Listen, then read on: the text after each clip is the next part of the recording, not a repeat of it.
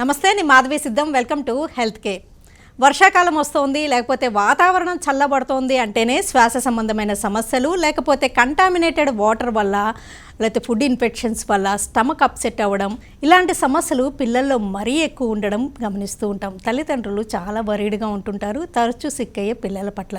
మరి ఈ సీజన్లో ఎలాంటి కేర్ తీసుకోవాల్సి ఉంటుంది? ఫ్లూ కానీ, ఫీవర్ కానీ, లేకపోతే వాంతులు, విరోచనాలు ఇలాంటి లక్షణాలు ఉన్నప్పుడు ఎప్పుడు సీరియస్గా పరిగణించాలి, ఎప్పుడు తప్పనిసరిగా వెంటనే హాస్పిటల్కి వెళ్ళాల్సి ఉంటుంది? పిల్లల్లో ఈ లక్షణాలకి ప్రధానమైన కారణాలేంటి? ఈ వివరాలన్నీ అందించడానికి financial district Apollo hospitals paediatrician and neonatologist doctor Lakshmi Narasimha Reddy గారు మనతో ఉన్నారు. ఆయన అడిగి మరిన్ని విషయాలు తెలుసుకుందాం. హలో అండి, welcome to the show. Thank you అండి, thanks for your invitation. Sir, అసలు ఈ సీజన్ అనగానే ఇంకా పేరెంట్స్కి భయం ఉంటూ ఉంటుందండి. ఇంకా కొంతమంది పిల్లలేమో తరచూ సిక్ అవుతూ ఉంటారు. అసలు ఫ్లూ కానీ లేకపోతే ఫీవర్ కానీ ఉన్నప్పుడు ఏ సిమ్టమ్స్ అబ్జర్వ్ చేయాలి, ఎప్పుడు సీరియస్గా పరిగణించాలి? మనకు ఫ్లూ ఉన్నప్పుడు ఒక కోల్డ్ కాఫే కాదు, ఫ్లూతో పాటు మనకు తలనొప్పి, గొంతు నొప్పి, కొన్నిసార్లు వాంతులు, విరోచనాలు ఇవన్నీ కూడా చూస్తూ ఉంటాము. ఇలాంటి సిచ్యువేషన్ అనేది మనకు వర్షాకాలంలో చాలా ఎక్కువ అనిపిస్తుంది. ఎందుకంటే వర్షాకాలంలో మనకు తేమ శాతం అనేది ఎక్కువ ఉంటుంది.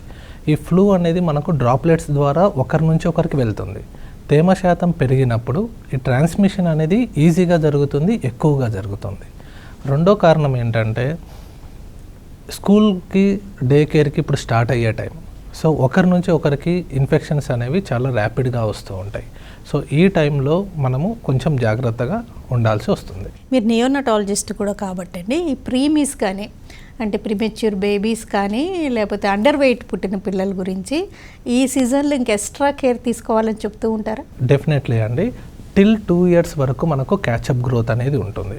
అంటే మామూలు టైంకి పుట్టిన పిల్లలతో పోల్చుకుంటే ప్రీటర్మ్ పిల్లలు ఎంతకాలం అయితే ముందు పుట్టారో అంత వెనుకబడే ఉంటారు ఇమ్యూనిటీ వైజ్, డెవలప్మెంట్ వైజ్. ఒక్కసారి వాళ్ళు 2 yearsకి వచ్చారు అంటే వాళ్ళకు క్యాచప్ గ్రోత్ అనేది కంపల్సరీ వచ్చేసి ఉండాలి. సో అక్కడి నుండి మిగతా పిల్లలు ఎలా ఉన్నారో ప్రీమీస్ కూడా అలానే ట్రీట్ చేయబడడం జరుగుతుంది. అంటే అలా ఎప్పుడైనా నెల తక్కువగా పుట్టిన పిల్లలు అంటేనే వాళ్ళకి ఇమ్యూనిటీ తక్కువ ఉంటుంది అన్న ఇంప్రెషన్లో ఉంటారు. అది కరెక్ట్ కాదా? తక్కువ ఉంటుందండి, బట్ క్యాచప్ అనేది కంపల్సరీ అవుతుంది. బై 2 years ఆఫ్ ఏజ్ మనము సరైన పద్ధతిలో తల్లిపాలు ఇవ్వడము, విటమిన్ డి ఇలాంటివి ఇచ్చుకోవడము, న్యూట్రిషన్ 6 నెలల నుంచి స్టార్ట్ చేసి పోషక పదార్థాలు కరెక్ట్గా ఇవ్వడము, ప్రోటీనిషియస్ ఫుడ్ పెట్టడం వల్ల వాళ్ళ ఇమ్యూనిటీ అనేది క్యాచప్ అవుతుంది. పిల్లలు అసలు తరచూ సిక్ అవుతున్నారంటే వాళ్ళకి ఇమ్యూనిటీ తక్కువ ఉంది అని అబ్జర్వ్ చేయాల్సి ఉంటుందా? పెద్దవాళ్ళు, చిన్నవాళ్ళకి ఇద్దరికి ఇన్ఫెక్షన్ వస్తే పెద్దవాళ్ళు కంపారిటివ్గా తక్కువ సిమ్టమ్స్ ఉంటారు, తక్కువ రోజుల్లోనే నయం అయిపోతుంది. వేరాజ్ పిల్లలకి అది ఎక్కువ రోజులు ఉంటుంది, ఎక్కువ సివియర్ ఉంటుంది. సో ఎందుకు ఈ తేడా అంటే వాళ్ళు మాటికి ఆ ఎక్స్పోజర్ అనేది జరగడం వల్ల మన చిన్నతనంలో మనకు ఆ ఇమ్యూనిటీ అనేది over a period of time develop అవుతుంది. అలాగే పిల్లల్లో ఇప్పుడు వాళ్ళకి ఇన్ఫెక్షన్ వచ్చింది అంటే it is a chance for them to develop immunity and to remember the immunity. ఆ ఇమ్యూనిటీ డెవలప్ చేసుకోవడం కానీ, ఆ ఇమ్యూనిటీ రిమెంబర్ చేసుకోవడం కానీ జరగడానికి ఇది ఉపయోగపడుతుంది. సో మాటికి అంటే కొన్నిసార్లు నెలకు 1-2 సార్లు కూడా రావచ్చు. వచ్చింది కదా అని భయపడడం ఉండకూడదు. ఎందుకంటే 5 ఏళ్ళ వరకు ఇది కామన్గా ఉన్న 5 ఏళ్ళ తర్వాత వాళ్ళకు ఆ ఇమ్యూనిటీ డెవలప్ అయిన తర్వాత నార్మల్గానే ఉంటారు పిల్లలు. సో ఇది ఒక ఛాన్స్ లాగా తీసుకోవాల్సి ఉంటుంది. కానీ పేరెంట్స్ మీ దగ్గరికి వచ్చినప్పుడు చాలా ఫ్రీక్వెంట్గా అడుగుతూ ఉంటారు అనుకుంటాను, పిల్లల్లో బాగా ఇమ్యూనిటీ ఉండేటట్టు, సిక్ అవ్వకుండా ఉండేటట్టు మెడిసిన్స్ ఇవ్వండి అని. ఒకటి, మనకు ఇన్ఫెక్షన్ రాకుండా ప్రివెన్షన్ అనేది ఎంత ఇంపార్టెంటో, ఇన్ఫెక్షన్ వచ్చిన తర్వాత దాన్ని పోరాడేందుకు ఇమ్యూనిటీ కూడా అంతే ఇంపార్టెంట్. సో మనకు ఈ ప్రివెన్షన్లో మనకి ఏ పాయింట్స్ వస్తాయి అంటే, ఒకటి హ్యాండ్ వాష్ కంప్లీట్గా చేసుకోవడం, పూర్తిగా చేసుకోవడం. 2, దగ్గినప్పుడు, తుమ్మినప్పుడు కంపల్సరీగా ముక్కుకి, నోటికి అడ్డం పెట్టుకోవడము. 3, కరెక్ట్ ఫుడ్ తీసుకోవడము. 4, వ్యాక్సిన్స్ ఉంటున్నాయి. ఇప్పుడు ఫ్లూ వ్యాక్సిన్ ఉంటుంది, ఆర్ఎస్వి వ్యాక్సిన్ ఉంటుంది. వ్యాక్సిన్స్ తీసుకోవడం వల్ల మనకు ముందుగానే ఇమ్యూనిటీ అనేది ఉంటుంది. సో ఇవి చేయడం వల్ల మనము ముందుగానే ప్రివెన్షన్ అనేది చేయగలుగుతాం. సో ప్రివెన్షన్ ఒకటి అయితే, దాని తర్వాత వచ్చినప్పుడు తీసుకోవాల్సిన జాగ్రత్తలు కొన్ని ఉంటాయి. ఒకటి, స్కూల్కి పంపించకపోవడం పేరెంట్స్ తరపు నుండి. రెండోది, పేరెంట్స్ చాలా పేషెంట్గా ఉండాలి అండ్ వాళ్ళకి సరైన ఇన్ఫర్మేషన్ కనుక ఉంటే భయపడకుండా దానికి తగ్గట్టు తీసుకుంటారు. 3, ఈ లక్షణాలు ఎప్పుడు సివియర్ ఉన్నాయి, ఎప్పుడు డాక్టర్ దగ్గరికి వెళ్ళాలి అనేవి మనం తెలుసుకున్నట్లయితే అంత భయపడాల్సిన అవసరం ఉండదు. ఈ పిల్లలకి హ్యాండ్ వాష్ కానీ ఇప్పుడు స్కూల్కి వెళ్తుంటారు కదండి, మట్టిలో ఆడతారు పిల్లలు, ఇంకా పిల్లలు అన్నాక చాలా రకాలుగా డర్టీగా అయిపోతుంటాయి చేతులవి. అంటే వాళ్ళకి ఈ క్లీన్లీనెస్ గురించి, ఎందుకంటే ఫస్ట్ హ్యాండ్ వాష్ ఈ క్లీన్లీనెస్ ఉంటే సగం ప్రాబ్లమ్స్ దూరంగా ఉంచవచ్చు కదా, వాటి గురించి ఎలాంటి అవేర్నెస్ ఉండాలి, పేరెంట్స్ ఎలాగ వాళ్ళని ఎడ్యుకేట్ చేయాలంటారు? ఇది ఓన్లీ పేరెంట్సే కాదు, స్కూల్లో టీచర్స్ కూడా రెస్పాన్సిబిలిటీ. వాళ్ళకి before food compulsory hand wash అనేది నేర్పించాలి. హ్యాండ్ వాష్ అంటే ఓన్లీ ట్యాప్ వాటర్ కింద చేతులు పెట్టి కడుక్కోవడమే కాదు, ఎంత సోప్ తీసుకోవాలి, ఏ విధంగా హ్యాండ్ వాష్ చేసుకోవాలి, ఏ పార్ట్స్ ఆఫ్ హ్యాండ్స్లో హ్యాండ్ వాష్ చేసుకోవాలి. ఎందుకంటే మనకు ఈ క్రివేసెస్లో ఎక్కువ జర్మ్స్ ఉంటాయి. ఇవి కూడా మనం ప్రాపర్గా క్లీన్ చేయగలిగితేనే పూర్తిగా క్లీన్ అయినట్టు. ఎందుకంటే పిల్లలు ఓన్లీ వేళ్ళతోనే తినరు, ఈవెన్ మనమైనా కూడా కొన్నిసార్లు ఎక్కువ అరచేయి వాడతాం. సో ఇన్ఫెక్షన్ అనేది ప్రతి మూల నుండి పోతేనే మనం సేఫ్గా ఉంటాం. అండ్ పిల్లల్లో ఫీవర్ అనేది చిన్న పిల్లల్లో అంటే జస్ట్ మంత్స్ బేబీ అనుకోండి, వాళ్ళల్లో ఎలా గమనించాలి, టాడ్లర్స్లో ఎలా గమనించాలి, ఎలా అంటారు? పిల్లలు ఉన్నారు ఇంట్లో అంటే కంపల్సరీ థర్మామీటర్ ఉండాల్సిందే. చేతితో పట్టుకొని ఒకరికి, అది పిల్లాడైనా పెద్దోడైనా ఫీవర్ వచ్చింది అని చెప్పకూడదు, ఇంక్లూడింగ్ డాక్టర్స్. థర్మామీటర్ చూడాలి, దాంతో రీడింగ్ చూడాలి. ఆర్మ్ పీట్లో పెట్టినట్టయితే 99.5 degrees ఫారెన్హీట్ కన్నా ఎక్కువ ఉంది అంటేనే ఫీవర్, లేకపోతే ఫీవర్ కానట్టు. ఎందుకు అంటే మనకు మార్నింగ్ డయూర్నల్ రిథమ్ అనేది ఉంటుంది. సో మార్నింగ్లో టెంపరేచర్ తక్కువ ఉండి ఈవినింగ్ రైజ్ అవ్వడం అనేది నార్మల్. సో మనం చేత్తో చూసినట్టయితే అది 99.1, 99.2 ఉంటుంది, but it's not a fever. థర్మామీటర్తో చెక్ చేసి 99.5 కన్నా ఎక్కువ ఉంది అంటేనే అది ఫీవర్, లేదంటే కాదు. అంటే ఎవరికైనా కానీ ఆర్మ్ పిట్లోనైనా, లేకపోతే వాళ్ళ ఏజ్ వైజ్గా డిఫరెంట్ లొకేషన్స్లో పెట్టాల్సి ఉంటుందా? మనం డిఫరెంట్ లొకేషన్స్లో చూస్తాము. బేసికల్గా మన బాడీ లోపల ఉండేది కోర్ టెంపరేచర్, అది మనము పర్రెక్టల్గా లేకపోతే ఇయర్ కెనాల్లో పెట్టి చూడాల్సి వస్తుంది, which we cannot do in home. అది హాస్పిటల్ సెటప్స్లోనే చూస్తాం.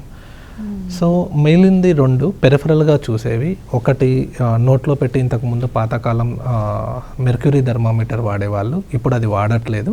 సో మిగిలింది డిజిటల్ థర్మామీటర్. అండ్ కొత్తగా కోవిడ్ టైంలో మనకి ఇన్ఫ్రారెడ్ రేడియేషన్ వచ్చింది, దట్ ఈస్ నాట్ రిలయబుల్. ఈ డిజిటల్ థర్మామీటర్ని హారిజాంటల్గా పెట్టకూడదు, వర్టికల్గా పెట్టాలి. వర్టికల్గా మొత్తం కవర్ అయి పెట్టి ఉండాలి. అది 3 minutes ఆర్ అది బీప్ వచ్చేంత వరకు మనం వెయిట్ చేయాల్సి ఉంటుంది. దాని తర్వాత వచ్చిన రీడింగే ఫైనల్. అంటే ఇంతకుముందు థర్మామీటర్స్ అయితే ఇంకా రిలయబుల్ అంటారా ఈ సిచ్యువేషన్? మెర్క్యూరీ థర్మామీటర్ మనం చాలా సంవత్సరాలు వాడాము, బట్ పొరపాటున అది కొరికితే మనకు వచ్చే పాయిజనింగ్ అనేది చాలా ఎక్కువ ఉంటుంది. సో మెర్క్యూరీ పాయిజన్ని అవాయిడ్ చేయడానికే అది కంప్లీట్గా బ్యాన్ చేశారు. సో అందుకే డిజిటల్ థర్మామీటర్కి వచ్చాం మనం. పిల్లల్లో హై ఫీవర్ ఉన్నప్పుడు పేరెంట్స్ ఇంకా రకరకాల ప్రయత్నాలు చేస్తుంటారండి, చల్లటి నీళ్ళతో ఒళ్ళు తుడవడం ఇలాంటివి. అసలు ఏవి చేయొచ్చు, ఏవి చేయకూడదు అనేది ఒకసారి క్లియర్గా చెప్తారా? హాస్పిటల్ సెటప్ పక్కన పెడితే home care treatment in fever is very important. ఇందులో 3 ప్రధానమైనవి ఉంటాయి. ఒకటి, పేరెంట్స్ ఓపికతో ఉండాలి, కాన్ఫిడెంట్గా ఉండాలి. రెండోది, ఫీవర్ వచ్చినప్పుడు మన హార్ట్ రేట్ కానీ బ్రీతింగ్ రేట్ కానీ అన్నీ పెరుగుతాయి, మన ఎనర్జీ అనేది పెరుగుతుంది, వాడకం అనేది పెరుగుతుంది. దాంతోపాటు మనం వాటర్ లాస్ అనేది జరుగుతూ ఉంటుంది. మూడోది, ఈ ఫీవర్ని ఈ స్పాంజింగ్ ద్వారా తగ్గించగలగాలి. సో ఈ మూడిట్లో ఫీవర్ ఉన్నప్పుడు చైల్డ్ యాక్టివ్గా ఉన్నాడు, సింపుల్ కాఫ్ కోల్డ్ ఉంటుంది, ఫీవర్ తగ్గిన తర్వాత కూడా యాక్టివ్గా ఉంటున్నాడు, ఓరల్ ఇంటేక్ మంచిగా ఉంది, యూరిన్ మంచిగా పాస్ చేస్తున్నాడు, బ్రీతింగ్ డిఫికల్టీ లేదు, ఫిట్స్ లాంటివి లేవు అంటే మోస్ట్ ప్రాబబ్లీ అది వైరల్ ఫీవర్. అలాంటి వాటికి హోమ్ మేడ్ ట్రీట్మెంట్ అనేది సరిపోతుంది. సో ఈ కాన్ఫిడెన్స్ 1కి 2 సార్లు 2కి 3 సార్లు పేరెంట్స్ కనుక చూసినట్టయితే వాళ్ళకి అర్థమైపోతుంది ఇది ఓకే నార్మల్ వైరల్ ఫీవర్, లేదు ఇది కొంచెం డేంజర్ ఫీవర్ అని ఉంటుంది. ఫర్ ఎగ్జాంపుల్ ఫీవర్ రాగానే సుస్తు పడిపోతాడు, అసలు ఏమి తాగడు తినడు, ఫీవర్కి గ్యాప్లో కూడా డల్గా ఉన్నారు, యాక్టివ్గా లేరు. ఇలాంటి ఫీవర్స్ మనకు కొంచెం డేంజర్ ఫీవర్స్.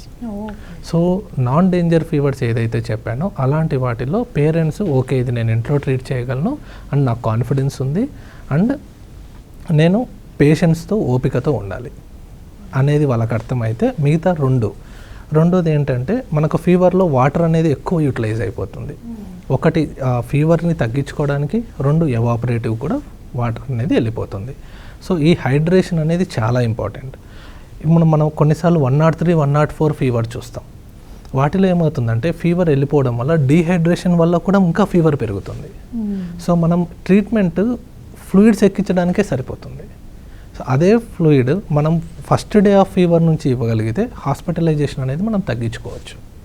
అంటే కారణం తెలిసి వచ్చే ఫీవర్ అంటే కోల్డ్, కాఫ్, వాళ్ళకి ఏదైనా స్టమక్ అప్సెట్ అయిందని తెలిసి ఆ ఫీవర్ వచ్చిందంటే అసోసియేటెడ్గా అది కొంతవరకు ఓకే, కానీ ఏ కారణం లేకుండా ఓన్లీ ఫీవర్ రావడం అనేది ఒక డేంజరస్ ఇండికేషన్ అంటారా?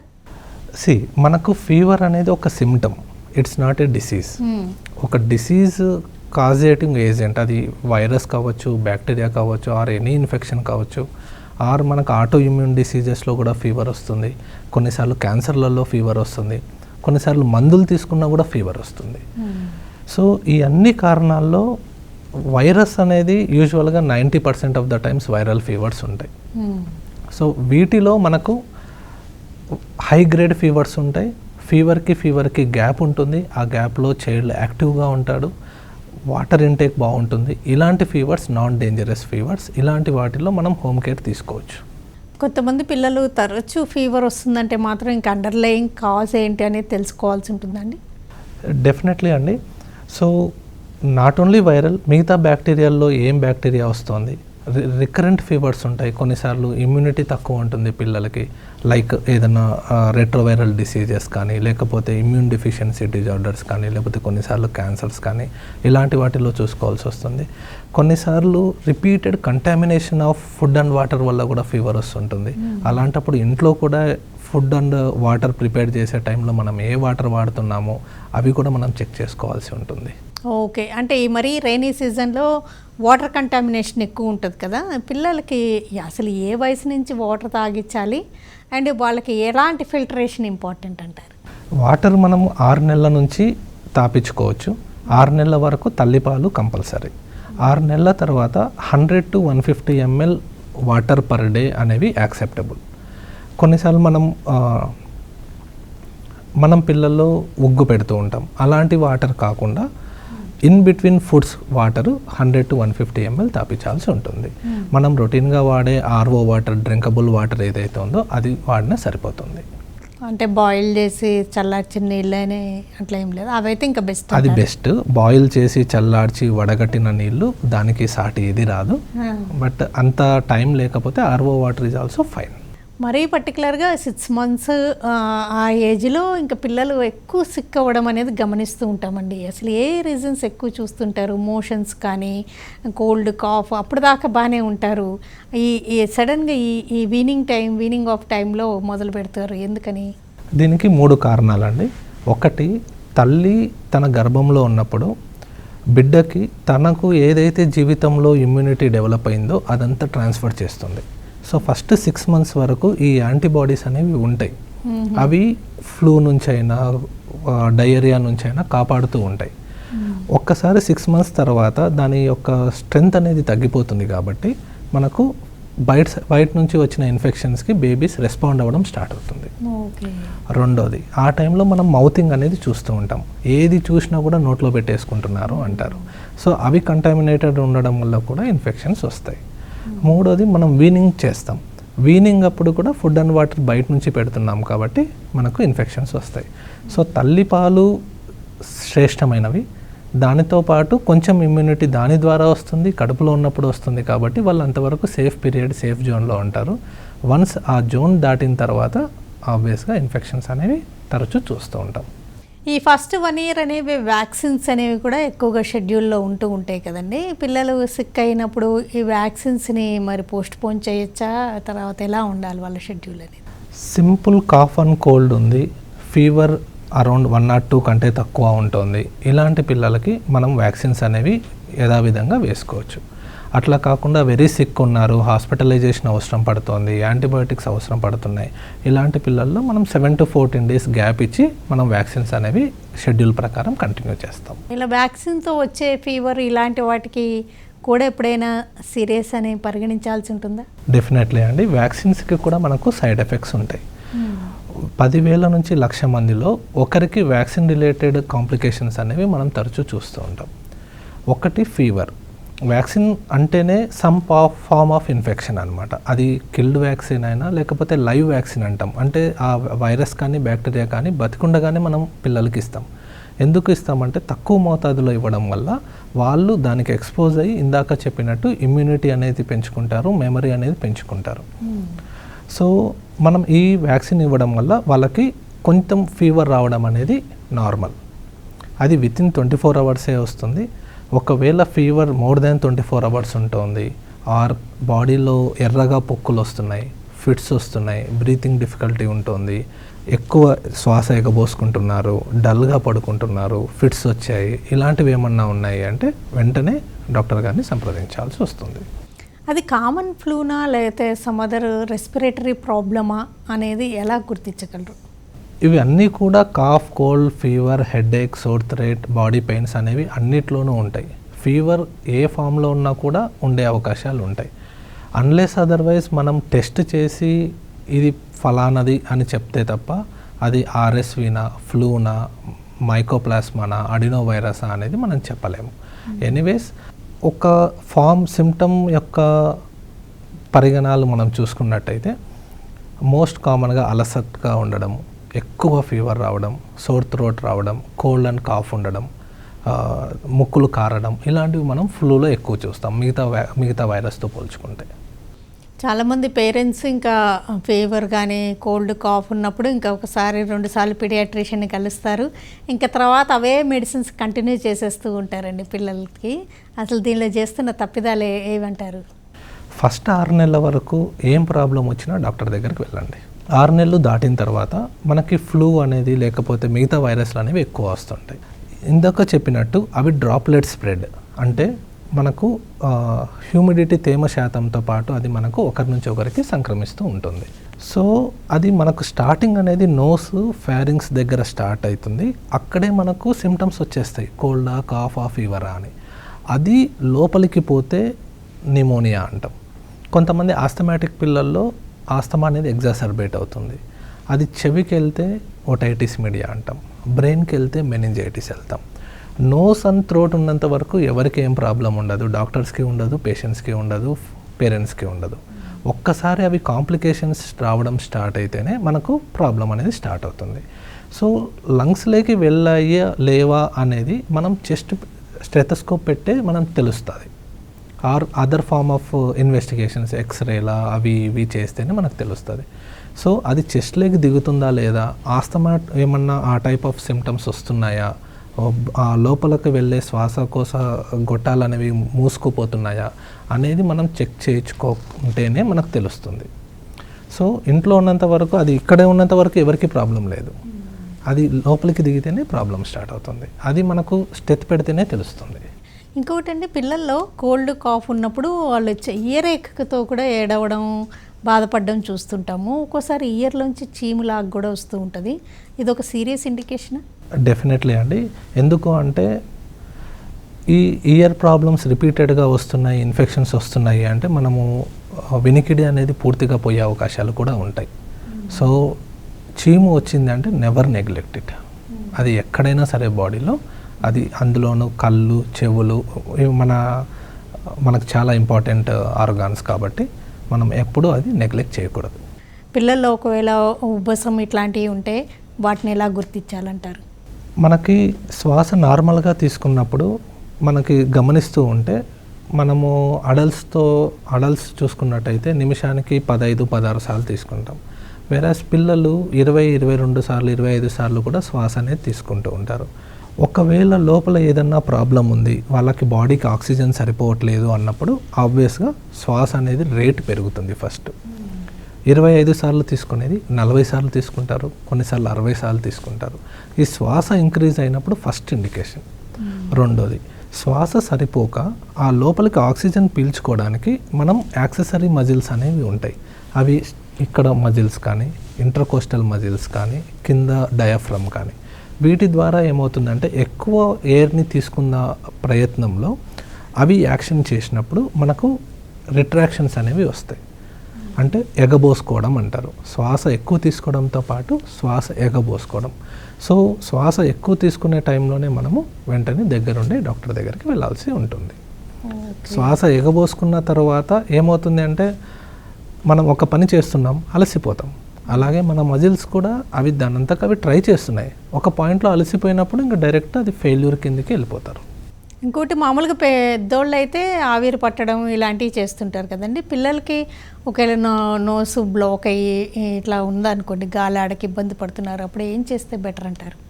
సో 6 ఏళ్ల లోపల హాట్ వాటర్తో ఆవిరి అనేది పట్టకూడదు. పొరపాటున అది మింద పడి బాయిల్ అయితే దాని యొక్క కాంప్లికేషన్స్ ఎక్కువ ఉంటాయి సింపుల్ నేసల్ డిశ్చార్జ్తో పోల్చుకుంటే. 6 ఏళ్ల తర్వాత మనం ఆవిరి లాంటివి ఇంట్లో ట్రై చేసుకోవచ్చు.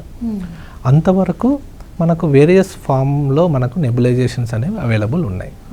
ఒకటి మెడికేటెడ్ నెబులైజేషన్, ఒకటి నాన్ మెడికేటెడ్ సింపుల్ నార్మల్ సలైన్తో నెబులైజేషన్ పెట్టుకోవడం. ఇక్కడ మనం గుర్తుంచుకోవాల్సింది ఏంటంటే మన ఆక్సిజన్ శాతం అనేది ఎయిర్లో 21% ఉంటుంది. వేరాజ్ మనం నెబులైజేషన్ ఇస్తున్నాము అంటే ఆ హ్యూమిడిటీ వల్ల ఆక్సిజన్ శాతం అనేది తగ్గుతుంది. సో నెబులైజేషన్ కూడా always safe to give with oxygen which may not happen in homes. So అలాంటి వాటిల్లో మనము మెడికేటెడ్ నెబులైజేషన్స్కి సపరేట్ పద్ధతిలో హాఫ్ పఫ్ కిట్ కానీ ఇలాంటి వాటితో ఇస్తాము. వేరేజ్ నార్మల్ ఎన్ఎస్ నెబులైజేషన్ అయితే ఎందుకు వాడతాము అంటే బేసికల్గా అవి జిగడగా ఉంటాయి, అవి కొంచెం పతలా అయ్యి బయటకు వచ్చేదానికి మనం వాడుకోవచ్చు. నార్మల్ సలైన్తో తప్ప మెడికేటెడ్ మాత్రం కంపల్సరీ డాక్టర్ని చూపించుకున్న తర్వాతనే వాడాలి. అండ్ ఆవిరి అనేది 6 ఏళ్ల లోపల పెట్టద్దు. ఓకేనండి. డాక్టర్ లక్ష్మీ నరసింహారెడ్డి గారు, పిల్లల్లో ఫ్లూ కానీ ఫీవర్స్ కానీ ఇలాంటి లక్షణాలు కనిపించినప్పుడు ఏ విషయాలు అబ్జర్వ్ చేయాలి, ఫీవర్ ఉన్నప్పుడు చేసే తప్పిదాలు ఏంటి, మరి ఈ సిమ్టమ్స్ని ఎప్పుడు సీరియస్గా పరిగణించాలి, ఎప్పుడు హాస్పిటల్కి వెళ్ళాల్సి ఉంటుంది, ఇంట్లో తీసుకోవాల్సిన జాగ్రత్తల వివరాలు అందించినందుకు థ్యాంక్స్ ఎలాట్ అండి. థ్యాంక్ యూ వెరీ మచ్ అండి.